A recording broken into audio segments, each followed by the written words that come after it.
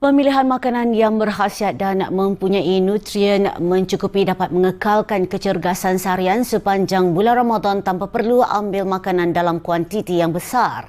Menurut pakar pemberahan bariatrik Dr. Abdul Ghafur Mubarak, dengan pemakanan secara terancang sambil mengurangkan pengambilan makanan yang berkalori tinggi sepanjang sebulan berpuasa boleh membantu menguruskan badan. Tapi kebanyakan orang, dia pun rasa, oh aku tak boleh makan siang, aku kena makan banyak malam. So tak betul sebenarnya. Kalau kita makan dengan sikit atau makan dengan sihat, sudah cukup untuk kita menampung sepanjang hari. Dan kita susah nak rasa lapar. Kalau kita makan banyak mana pun malam masa buka puasa, hari yang selepas tu, bila kita berpuasa, kita masih akan rasa lapar juga. Sebab dua elemen yang saya habak tadi. Satu adalah perut akan kecut, satu lagi sebab ghrelin tu dia akan menyebabkan kita rasa lapar juga. Dr. Abdul Ghafur berkata tidak dinafikan makan berlebihan boleh berlaku sepanjang bulan puasa sehingga terlalu banyak kalori diambil berbanding masa biasa. Memang mereka yang tidak melihat kepada elemen ini, lepas puasa 30 hari, ada yang bertambah gemuk sebenarnya.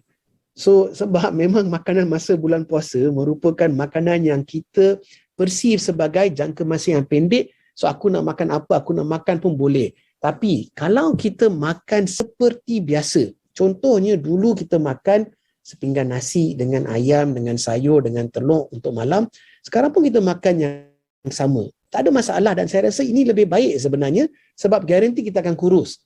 Dia macam shopping, kita memang nak beli banyak barang tapi bila pergi shopping kompleks tiba-tiba kita beli terlebih daripada apa yang kita plan. Tapi kita kena stick kepada plan. Tambah beliau, diet yang seimbang dan aktiviti sukan yang bersesuaian dengan keadaan kesihatan diri terutama bagi mereka yang ada penyakit kronik adalah perlu bagi mengelak kesihatan mereka terjejas.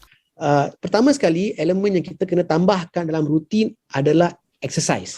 Dan exercise yang paling sesuai masa bulan puasa adalah berjalan sebenarnya.